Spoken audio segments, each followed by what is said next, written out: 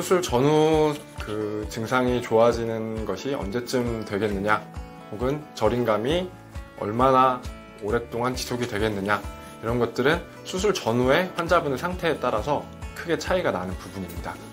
수술 직후의 통증 그리고 저림감이 드라마틱하게 좋아지는 분도 굉장히 많지만 일부 증상이 남는 경우도 굉장히 다양하게 있습니다.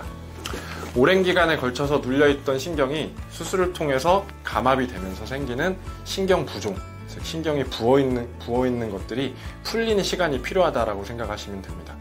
그래서 신경 부종에 의해서 저림감이나 무딘감, 그리고 통증 같은 것들이 발생을 할 수 있으며, 이것들은 오랜 기간을 걸쳐서 서서히 좋아지는 증상들입니다.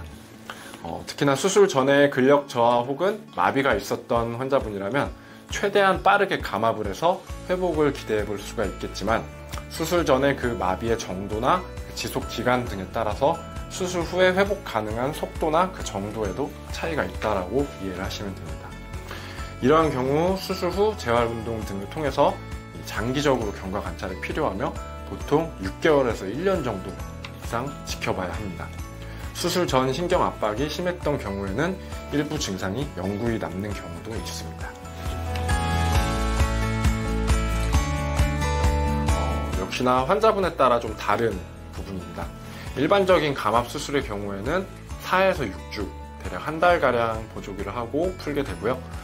고정술, 유압술의 경우에는 보통 3개월간의 보조기 착용을 권장드리고 있습니다. 이후에 엑스레이 추적 관찰 및 그 환자 증상에 따라서 보조기를 풀지 결정을 하게 됩니다. 주치의 상담 후 보조기를 풀어도 되겠다라고 결정이 된 경우에 그 후에부터는 보조기를 풀어도 무방하겠으며, 단 장기간 서 있거나 이동해야 할 경우에는 간헐적으로 착용하셔도 무방합니다. 다만 필요 이상으로 보조기를 오래 착용할 경우에는 척추 기립근의 악화를 초래할 수 있기 때문에 주치의와 상담 후에 보조기 푸는 시점을 정하는 것이 좋겠습니다.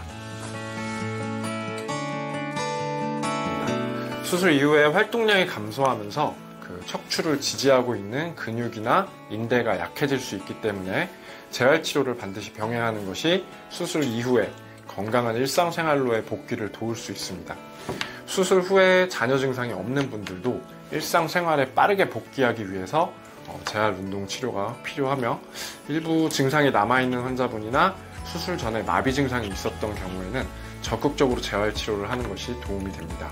재활치료는 척추의 가동 범위를 회복하고 약해진 근력을 강화시키며 일상생활에서 필요한 바른 자세를 교육하는 부분들, 굉장히 포괄적인 의미를 포함하는 것으로 기능적으로 불편함이 없는 일상생활과 빠른 직장 복귀를 위해서 필요하다고 할 수 있겠습니다.